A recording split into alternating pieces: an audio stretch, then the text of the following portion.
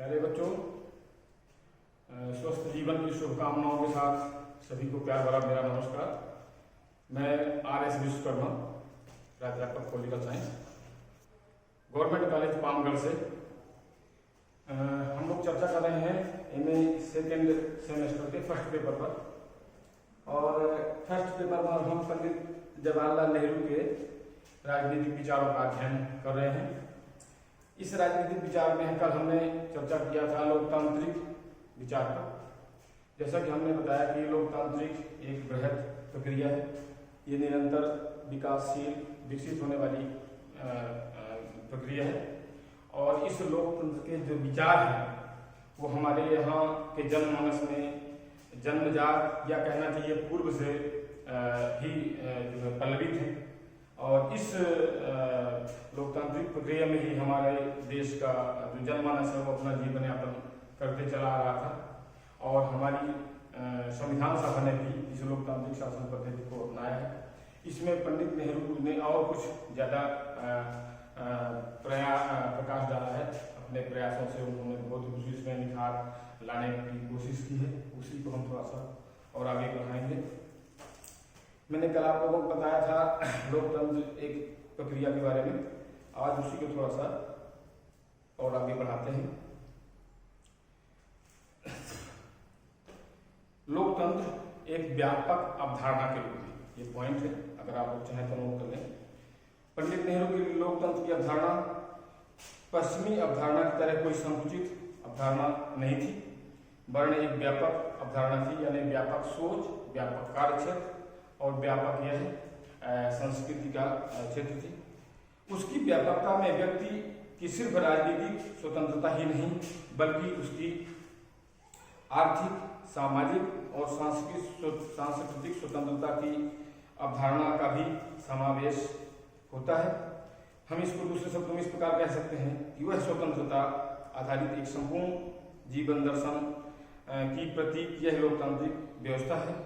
इस दृष्टि से उनकी यह दृढ़ मान्यता थी, यानी पंडित नेहरू की यह मान्यता थी कि आर्थिक, सामाजिक और सांस्कृतिक स्वतंत्रता के अभाव में राजनीतिक स्वतंत्रता का कोई महत्व नहीं रह जाता। जैसा कि कल हम लोगों ने बताया था कि इसमें आर्थिक और सामाजिक स्वतंत्रता का विशेष महत्व है। जब तक आप आर्थिक रूप से आत्मनिर्भर या संपन्न नहीं बनेंगे और सामाजिक व्यवस्था जब तक हमारी सुदृढ़ नहीं होगी, मजबूत नहीं होगी, प्रत्येक व्यक्ति उसमें सहभागी नहीं होगा, जागरूक नहीं होगा, तब तक यह लोकतांत्रिक व्यवस्था लगभग अधूरी होगी। राजनीतिक स्वतंत्रता को सामाजिक लोकतंत्र की स्थापना की दृष्टि से उनका सिर्फ एक ही साधन है, वह है व्यक्ति का पूर्णतः सामाजिक और आर्थिक विकास। पंडित नेहरू के लिए पश्चिम की तरह वह कोई साध्य नहीं थी। इसी तथ्य का उल्लेख करते हुए उन्होंने अपने एक पत्र में लिखा है कि मैं व्यक्तिगत रूप से राजनीतिक लोकतंत्र को स्वीकार करने के लिए तैयार हूँ, राजनीतिक लोकतंत्र को स्वीकार करने के लिए तैयार हूँ, केवल इस आशा के साथ कि वह अंततः एक सामाजिक लोकतंत्र में परिवर्तित हो जाएगी, अर्थात एक सामाजिक लोकतंत्र की स्थापना का मार्ग प्रशस्त होगा। वह उसके मार्ग पर प्रथम चरण होगा, अंतिम चरण नहीं होगा। अंतिम चरण होगा व्यक्ति का संपूर्ण आत्मिक, सामाजिक और आर्थिक विकास। इस प्रकार उनके लिए राजनीतिक लोकतंत्र सामाजिक लोकतंत्र के लक्ष्य को प्राप्त करने का एक साधन था, वह अपने आप में एक साध्य नहीं था। अपनी इसी मान्यता के कारण पंडित नेहरू लोकतंत्र को सिर्फ एक शासन प्रणाली ही नहीं वरन एक वैयक्तिक और सामाजिक जीवन का संपूर्ण दर्शन मानते थे। जो राजनीतिक लोकतंत्र से प्रारंभ होता है और आर्थिक तथा सामाजिक लोकतंत्र के रास्ते पर सांस्कृतिक लोकतंत्र पर समाप्त होता है। स्वयं उनके शब्दों में, यानी पंडित नेहरू ने इस संबंध में क्या कहा था, इसे हम थोड़ा सा कोट करेंगे। लोकतंत्र अंततोगतः एक जीवन पद्धति है,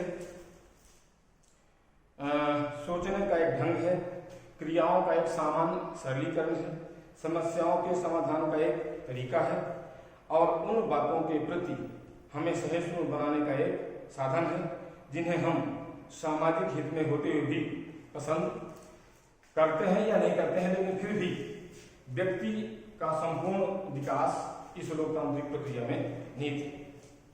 इसी को हम दूसरे शब्दों में अगले पॉइंट के रूप में इस प्रकार से देखेंगे। लोकतंत्र एक सतत विकसित होने वाली अवधारणा है, निरंतर विकसित होने वाली एक अवधारणा है। लोकतंत्र को पंडित नेहरू एक सतत विकसित होने वाली अवधारणा के रूप में मानते थे। उनका मत था कि इस अवधारणा का अर्थ सिर्फ राजनीतिक स्वतंत्रता ही नहीं, वरन विकास की दृष्टि से एक अवसर की समानता है। अवसर की समानता मतलब जहां पर समानता की बात आती है वहां संवैधानिक दृष्टिकोण इसे और स्पष्ट करता है कि राज्य की दृष्टि से, सामाजिक विकास की दृष्टि से, आर्थिक उत्थान की दृष्टि से और मौलिक अधिकारों की दृष्टि से कहीं भी किसी भी व्यक्ति में कोई सामाजिक भेदभाव नहीं है। विकास में, कल्याण में, आर्थिक उन्नति में सभी और समानता है। और इसकी व्याख्या करते हुए सन 1948 में संविधान सभा में उन्होंने यह घोषणा किया था कि लोकतंत्र सिर्फ राजनीतिक स्वतंत्रता का पर्याय नहीं है। एक व्यक्ति, एक वोट वाला 19वीं सदी का लोकतंत्र उसी समय के लिए ठीक था, अब यह अपूर्ण हो चुका है। वर्तमान में लोकतंत्र को अधिक व्यापक और गंभीर अर्थ में लेने का यह सुअवसर है। आखिरकार वोट का अधिकार रखने वाले एक कंगाल और लखपति में कोई समानता नहीं होती। एक लखपति के पास प्रभाव के सैकड़ों संसाधन होते हैं जो एक कंगाल के पास नहीं होते। अर्थात यहाँ पर आर्थिक असमानता की ओर उन्होंने इशारा किया है। जैसा कि उन्होंने बताया कि आर्थिक असमानता जो है किसी भी समाज का आधार नहीं हो सकती। आखिरकार एक अत्यधिक शिक्षित और एक निरक्षर व्यक्ति में कोई भी समानता नहीं होती। इस प्रकार लोगों में आर्थिक, शैक्षिक और कई दूसरे प्रकार की असमानताएं स्थापित हो जाती हैं।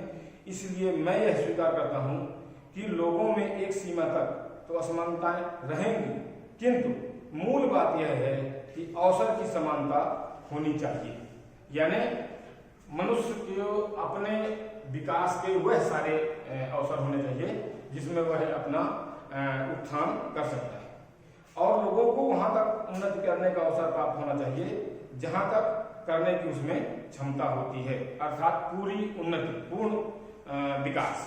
अतः सिर्फ मानवता के आधार पर ही नहीं, वरन लोकतंत्र के मूलाधारों या सिद्धांतों के निर्वाह के कारण भी यह हमारा दायित्व बन जाता है कि हम उन लोगों को जो सामाजिक और आर्थिक दृष्टि से निम्न स्तर पर खड़े हैं ऊपर उठाएं और उन्हें विकास हेतु उन्नति अवसर की समानता प्रदान करें। इस बात को उन्होंने संविधान सभा में घोषित किया था, यानी डिक्लेयर किया था। मेरे कहने का मतलब ये है कि लोकतांत्रिक शासन पद्धति में किसी भी प्रकार की असमानता, चाहे वह असमानता सामाजिक हो, आर्थिक हो, राजनीतिक हो, किसी भी प्रकार की असमानता के लिए जो है कोई जगह नहीं होती। और इस समानता की मूल भावना को संजोए रखने वाली और स्थापित करने वाली प्रक्रिया को ही लोकतांत्रिक प्रक्रिया के रूप में पंडित नेहरू ने अपने शब्दों में स्पष्ट करने का प्रयास किया। भारत के संदर्भ में पंडित नेहरू का विचार था कि यहाँ समाज के सामंतवादी पूंजीवादी ढांचे का लोकतंत्र तभी सफल हो सकता है जबकि इसमें हम ऐसे परिवर्तन लाएं जिससे आर्थिक और सामाजिक विषमता की स्थिति को समाप्त कर एक समतावादी सामाजिक न्याय पर आधारित समाज रचना करना संभव हो सके। अतः आवश्यकता इस बात की है कि व्यक्ति की गरिमा तथा सामाजिक आर्थिक न्याय के मध्य समन्वय स्थापित किया जाए, अर्थात एक लोक कल्याणकारी राज्य की स्थापना की जाए। और जब हम संविधान का अध्ययन करते हैं तो पंडित नेहरू की यही मूल भावना जो है लोक कल्याणकारी राज्य के रूप में स्थापित होती है। और इसके लिए जो राज्य में नीति निर्देशक तत्वों का समावेश किया गया है भारत के संविधान के चौथे भाग में 36 से लेकर 51 के अनुच्छेदों में, वह राज्य में कल्याणकारी राज्य की स्थापना ही करता है। और यह पूरा माने पूर्णतः लोकतांत्रिक व्यवस्था में ही माने संभव है। इस हेतु पंडित नेहरू की दृष्टि से दो कार्य किए जाने आवश्यक थे। पहला, समाज को समतावादी रूप देने के लिए कमजोर और पिछड़े वर्गों को संरक्षण के माध्यम से विकास के विशेष अवसर प्रदान किए जाएं। तथा दूसरा नियोजित आर्थिक सामाजिक विकास की पद्धति अपनाकर समाज के सभी वर्गों को उन्नति के समान अवसर प्रदान किए जाएं।